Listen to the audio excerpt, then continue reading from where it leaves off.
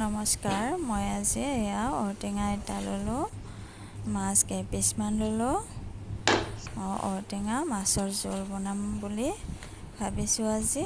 বহুত গৰম। এয়া ঔটেঙাটো ফালি ল'লোঁ, কোৱাল ঔটেঙাটো এনেদৰে কাটি ল'লোঁ। কাটি লৈ এতিয়া কুকাৰত দি বইল কৰি ল'ম। পানী দিলোঁ, নিমখ পৰিমাণ চাই দিলোঁ। এনেদৰে কুকাৰত বইল কৰি ল'ম।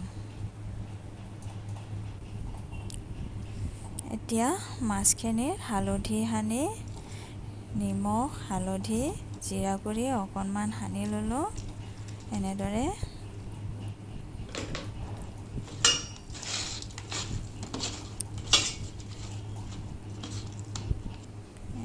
সানা হৈ গ'ল। মোৰ চেনেলটো নতুন, আপোনালোকে ছাপোৰ্ট কৰিব। এয়া তেল গৰম হৈ গ'ল, মাছ দিলোঁ। মই ইমানকৈ নাজানো, ভুল হ'লে আপোনালোকে ক্ষমা কৰি দিব, শুধৰাই দিব। সকলোৱে জানে বনাব, কিন্তু মই কেনেকুৱা প্ৰচেছত বনাওঁ সেইটোৱে আপোনালোকৰ ওচৰত শ্বেয়াৰ কৰিলোঁ। মাছ ভাজি হৈ গ'ল।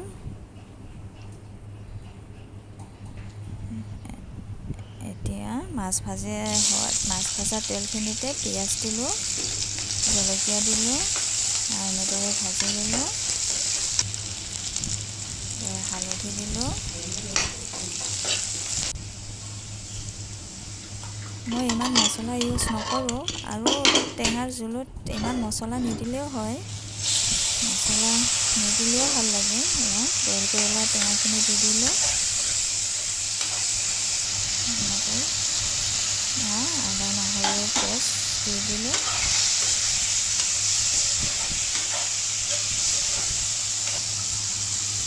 এতিয়া টেঙা বইল কৰি লোৱা পানীখিনিও দি দিলোঁ। পানী অকণ বেছিকৈ দিম, টেঙা জোল খায়ে ভাল লাগে। এয়া জোলখিনি দিলোঁ। এতিয়া অকণমান শুকালে হৈ গ'ল জোল ৰেডি।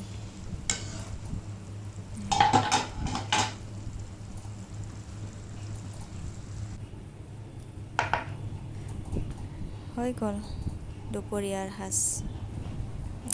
ভাল লাগিলে লাইক কৰিব, শ্বেয়াৰ কৰিব, ছাবস্ক্ৰাইব কৰি দিব।